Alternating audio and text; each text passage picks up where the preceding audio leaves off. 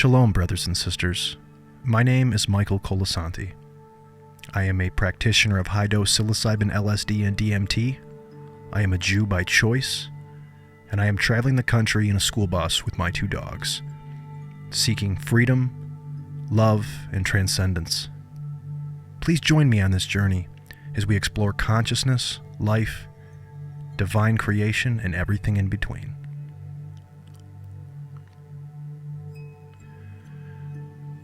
My story starts about 7 years ago, during the summer of 2015. I was dating a girl at the time, and we had hit a lull in our relationship, and we were trying to figure out how to have fun. One particular weekend, we were sitting around the house, and we were just kind of brainstorming ideas about, what we could do together, and somehow it had come up about trying to obtain some Molly and go to a show. Now, I had never taken Molly up to this point in my life. I had never taken it. And I feel like in 2015, around this time, I feel like everybody was talking about Molly, MDMA. Everybody was raving about it. Everybody was talking about it. It was a really big deal. And I'd always been curious about doing it. The opportunity never presented itself, and it never happened. But we were talking about getting some and going to a show. So I made a phone call to someone who I thought could help me out. Someone very close to me. I called this person up. They said, sure, I got some, come on by. So I hopped in my truck, made the 20-minute drive over to this person's house. Went around into the back door where we always would come in, sliding glass door that led into the kitchen. I go inside. He's standing in the kitchen, and we start talking. And long story short, this person misplaced the Molly, couldn't find it, whatever, but he didn't know where it was at in the house. He's looking through cabinets and cupboards trying to find it. Eventually, he pulls out a little dime bag out of a cupboard, and he says, well, I can't find the Molly, but I've got this. And I said, what's that? And he said, it's ketamine. I'd never taken ketamine before. And I said, what's ketamine? He said, well...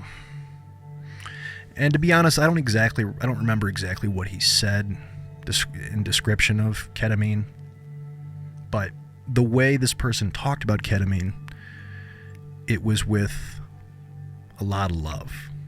This person really loved ketamine. He was staring at the bag like he almost didn't want to part ways with it, but at the same time, he was like almost pushing it off on me, like, please take this or I'm going to do this right now. And I didn't really want to go home empty-handed.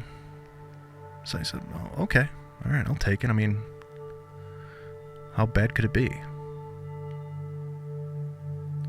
So I took the ketamine, and I drove home.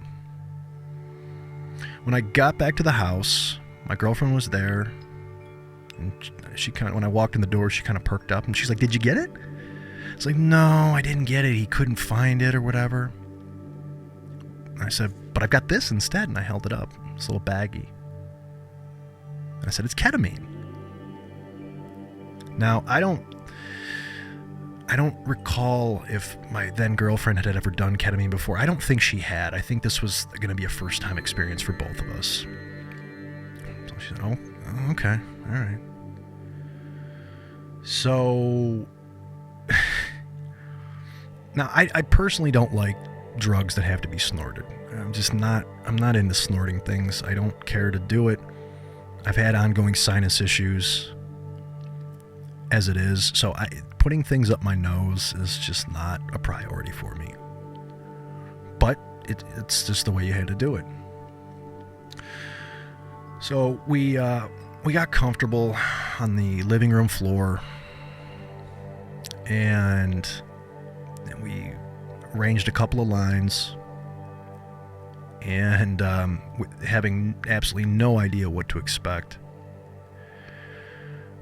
Now, up to this point in my life, I'd had a fair amount of drug and alcohol experience. I spent years as an alcoholic. I used and abused benzos, opiates, dabbled with amphetamines a little bit. The occasional cough syrup experience. So I had a fair amount of drug experience. Nothing prepared me for what was about to happen with the ketamine. We did a couple of lines, and ketamine kicks immediately. Because you're snorting it, it's almost instant. And I was laying on the floor. We were both laying on the floor in the living room. Now, as soon as I snorted it, immediately my body just became incredibly heavy, and I started to kind of like zoom out of myself. Like I was losing control of my muscles, my coordination. Another strange thing I noticed, another weird phenomenon, was the closer I would get to an object, the blurrier it would get. It's like when you have your eyes dilated, you go to the eye doctor, you get your eyes dilated, and they do the eye tests.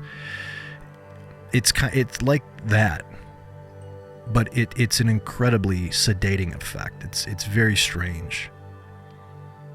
Ketamine is one of those drugs where before you do it, you need to get all your ducks in a row, get everything, get your water, get your blankets, your pillows, and just get yourself comfortable before you do ketamine, because once you do it, chances, unless you just do a bump or something, chances are good you're not going to be able to move around too much.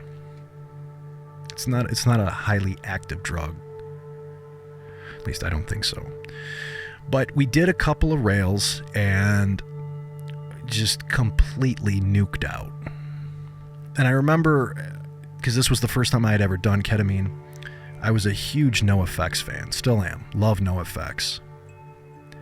And they have a song called Kids of the K-Hole, which is in reference to ketamine, to using ketamine. And so in my ketamine K-Hole, I crawled over to the computer and put Kids of the K-Hole on and just absolutely rocked out to it. My girlfriend and I, we spent the remainder of the day just, snort a little bit here and there. I can't honestly say that I enjoyed myself, but at the same time, it wasn't awful either. Ketamine is one of the few substances, the few drug experiences to where I don't actively go out and seek it. I've never wanted to purchase it or gone out of my way to buy it, but I don't ever turn it down either. If someone offers it to me, I'll do a little bit, but I don't go out of my way to find it. And the experience itself, the actual ketamine experience, is it's hard to describe. It really is. I've tried to analyze it and break it down. The truth is, I typically don't find very much to be gleaned from the ketamine experience. And then now, that's not, again, there's nothing bad to say about it. It's just, it is much more physiological. It's about how it feels. It's much more like an opiate in that regard. It's just how, it's all about how it actually feels. But we did the rest of the ketamine, and that was that. Now, I don't remember how much later after this ketamine experience, maybe a few days, but this person called me back and said they had found it. They had found the Molly. So again, I got in my truck, I drove over to this person's house, went into the back door, and again, this person is rifling through cabinets and drawers and stuff, and he kind of smiles and he says, "I'm sorry, I don't, I can't, I had it and now I don't know where it's at again. I can't find it." And I was disappointed because I'd heard so much. There had been so much buildup about Molly. I'd heard such wonderful things about it. And I heard lovemaking was great on it. Having sex, lovemaking is fantastic on it. And I was just so excited. It was July. I was so excited to do this, go to a good show, just embrace my partner, and just really enjoy life. But again, this person said they couldn't find it. Now he says, "I do have some LSD." I vaguely understood what he was referring to. I said, "LSD? You mean like acid? Is that the same thing?" And he kind of shrugged it off. He's like, yeah, it's the same thing. I had in my mind a negative interpretation of what LSD was. I had always heard horror stories growing up in junior high and high school about what acid does to a person. The classic, it burns holes in your brain, it collects in your spine, it makes you go crazy, all this sort of baloney that gets passed around. I also knew that that somebody makes LSD. It's synthesized. It doesn't just grow, it doesn't just grow anywhere. It's not like psilocybin or cannabis. Somebody makes it. And that always kind of freaked me out with regard to buying it. I never trusted buying it from some goofball that I didn't know. But here I was, and this person that I knew very well and trusted and loved was offering it to me. And initially I said, "Thanks, but no thanks. I'm not interested. I just want to get some Molly. I just want to dance and make love, and I'm just not trying to go down that road." The reality is that I had tried mushrooms a couple times, psilocybin mushrooms a couple of times in high school. Probably 10 years before all of this. And I really did not care for the psilocybin experience at the time. I'm probably 16, 17 years old. I'm in high school.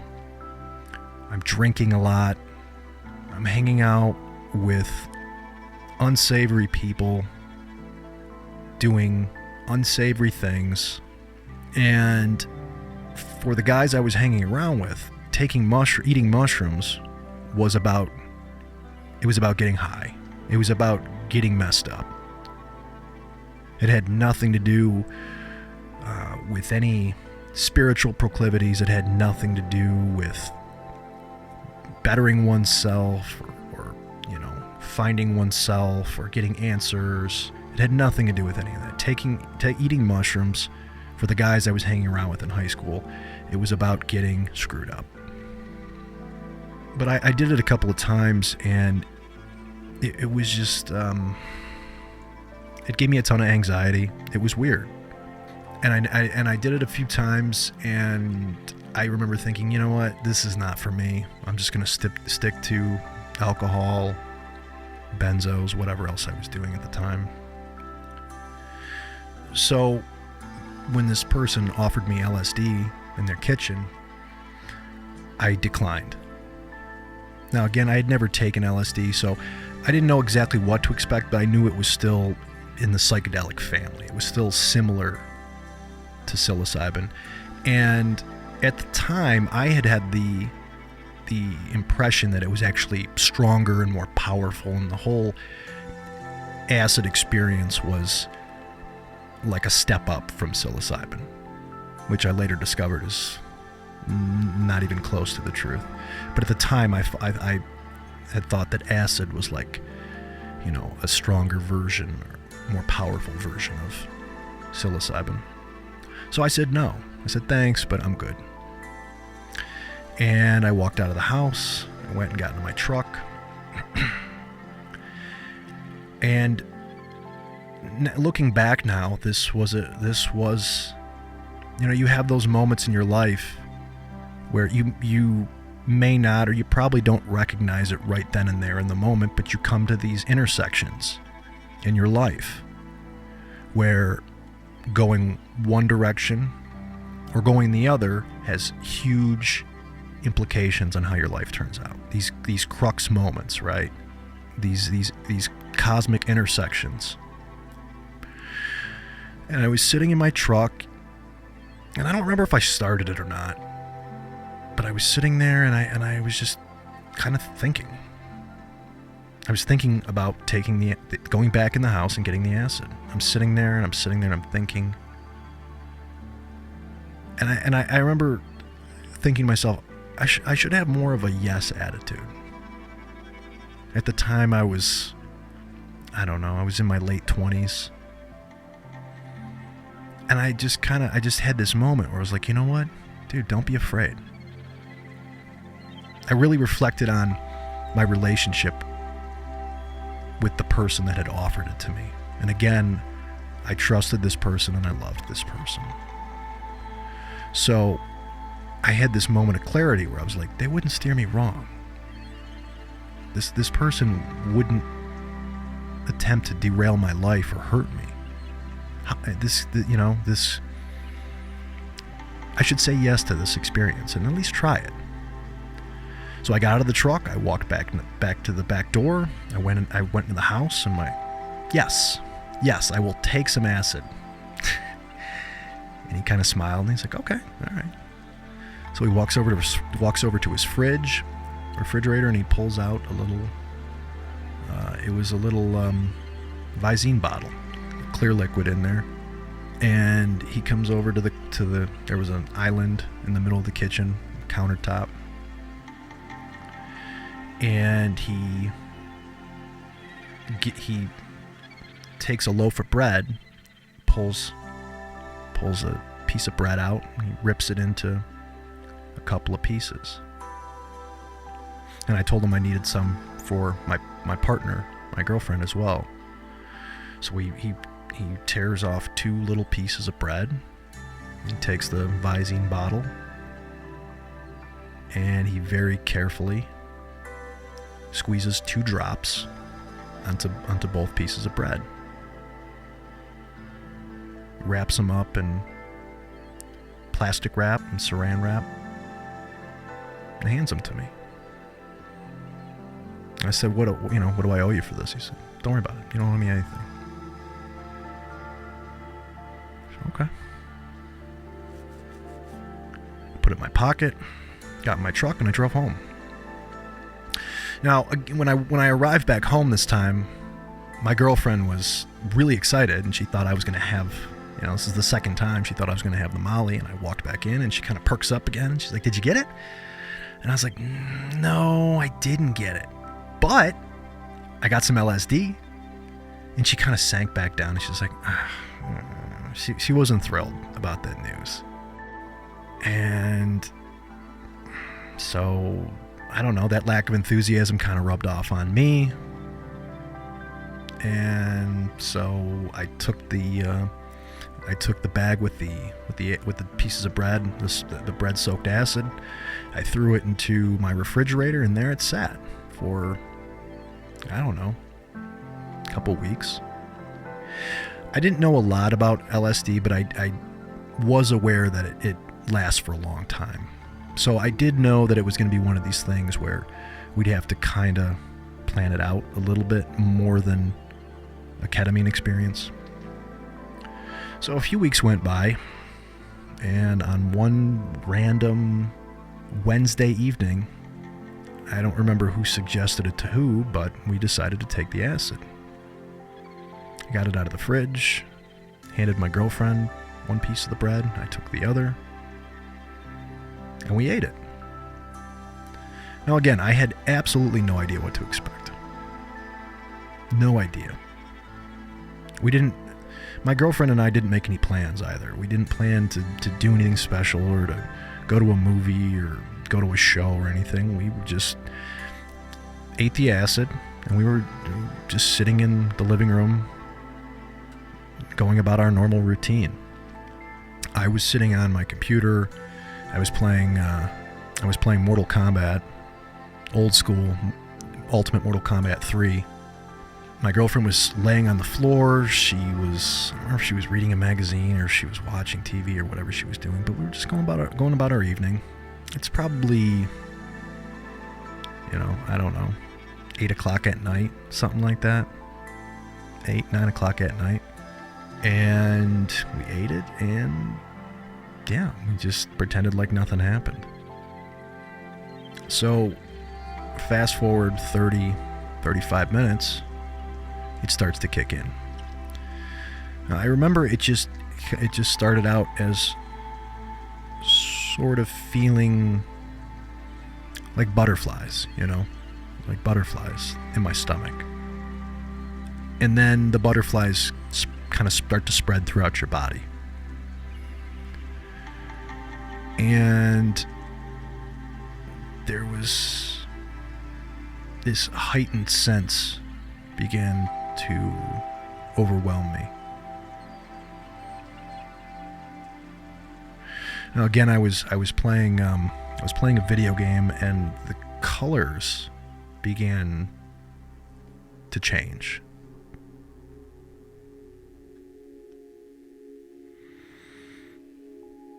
And I looked down at my girlfriend and I said, "Are you feeling this?" She said, "Yeah, I am." So I told the guys I was playing with, I had a headset on, the microphone, and I told the guys I was playing with, I said, "Guys," I told them what was going on and I had taken some acid. They got a good laugh out of it, and I said, "Listen, the acid's starting to kick in. I'm going to get off the game for the evening and, just experience this." They said, "Yeah, man, have a good time, So I took the headphones off, I shut the computer off, and I went laid on the floor with my girlfriend.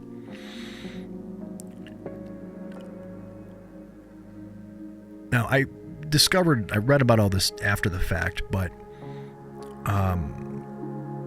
psychedelics in general make me really horny. They are stimulants. And LSD in particular just sends my sex drive through the roof. And I was laying on the floor, and we're, 40, 45 minutes in or something like that. And I said to my girlfriend, I said, "I'm feeling this really strong." I said, "Are you horny?" She said, and she kind of laughed. She said, "Yeah." And right then and there, during the onset, we made love on the floor. And it was great. It was fantastic. And then once we were finished, we stayed on the floor right there. And the lights were off. And what proceeded to happen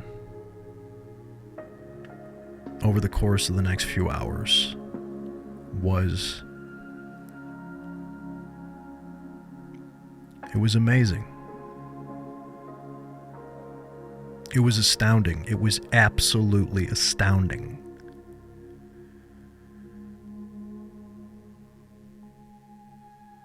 This was nothing like the mushrooms I had eaten in high school.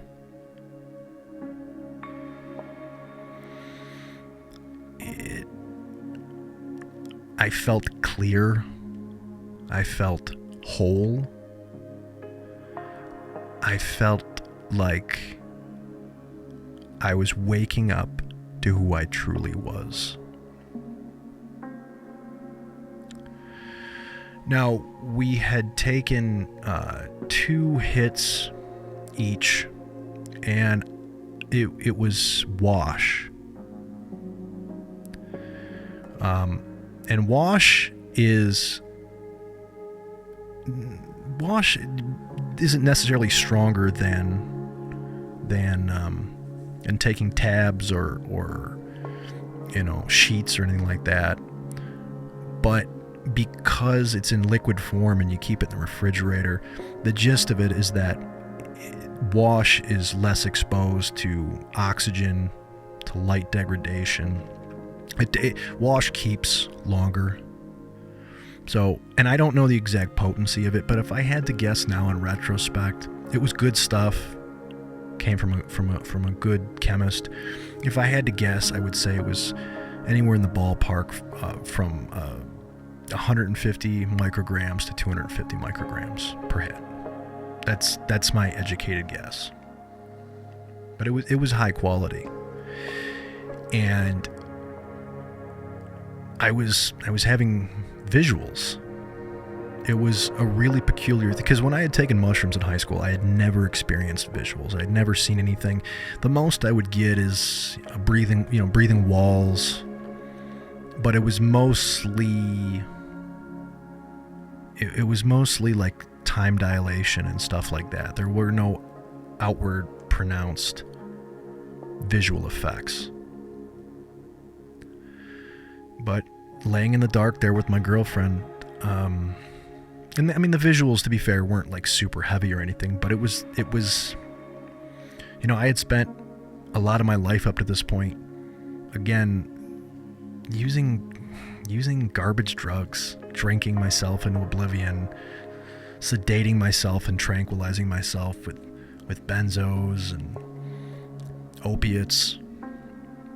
And I had remarked to my girlfriend that I said to her, "Oh, this is what a real drug experience, this is what a good drug is. This is what it means to have a real, true drug experience in the best sense of the word." Taking LSD felt clean, it felt good, it felt pure. I had this warm body buzz, as opposed to, opiates always felt very cold. It never felt warm, opiates. But this LSD buzz, it felt like I was vibrating. The real surprise came when I stepped outside for a moment. At the time I was a cannabis grower, and I had a grow in a detached garage behind my house. And I said to my girlfriend at a certain point, I said, "I got to go back to the garage and check on the girls." When I stepped out my door, it was like I was a child again. It was like experiencing life for the first time all over again. But as an adult, having the facilities and the tools to interpret it all at a conscious level. But I remember setting foot outside, and it was a beautiful July evening, and I remember looking up at the sky for the first time on LSD, and my mind broke. My mind broke. Looking at the stars, looking at the sky, I no longer just seen celestial bodies, but I seen what I perceived to be a mycelial web. There was like an interconnected highway that seemed to be, and everything was moving. I mean, in this highway, this mycelial web, there were things being transported all over the place, back, to different star systems, and it was, I didn't even know why.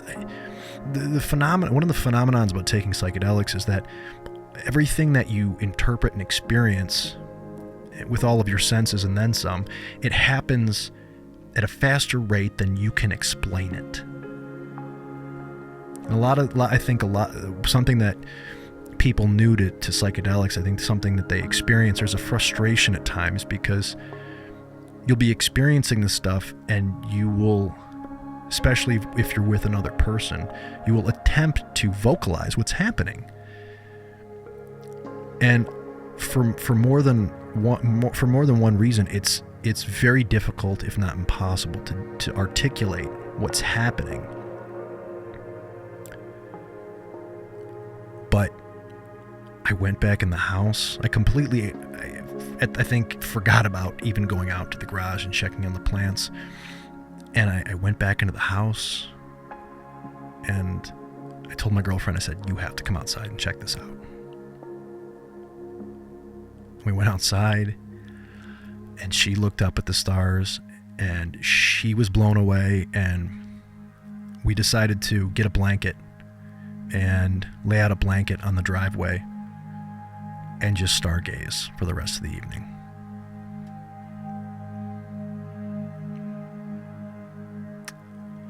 We laid out there all night. We laid out there till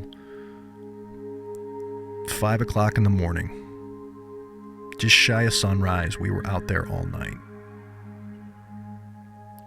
There was nothing strange, there was nothing fearful, there was nothing bad about that first LSD experience. It ran contrary to all the horror stories I had heard. It ran contrary to what I had learned in DARE class. It ran contrary to the fear mongering and the propaganda that had been pumped into me. It was amazing. And I still recall the next morning, after the acid had worn off, and just high off of the experience. And I just kept saying that. For years I had been poisoning myself with alcohol and all these awful, corrosive, toxic drugs. And for the first time, I felt like I had truly experienced transcendence. I couldn't stop talking about it. I couldn't stop talking about that first LSD experience. And from that moment forward, I wanted to keep doing it, because I knew there was so much potential inside this experience. There was so much headroom. There was so much to be explored, to be gleaned, to be learned, to be felt. But that experience, that the psychedelic experience, held magic.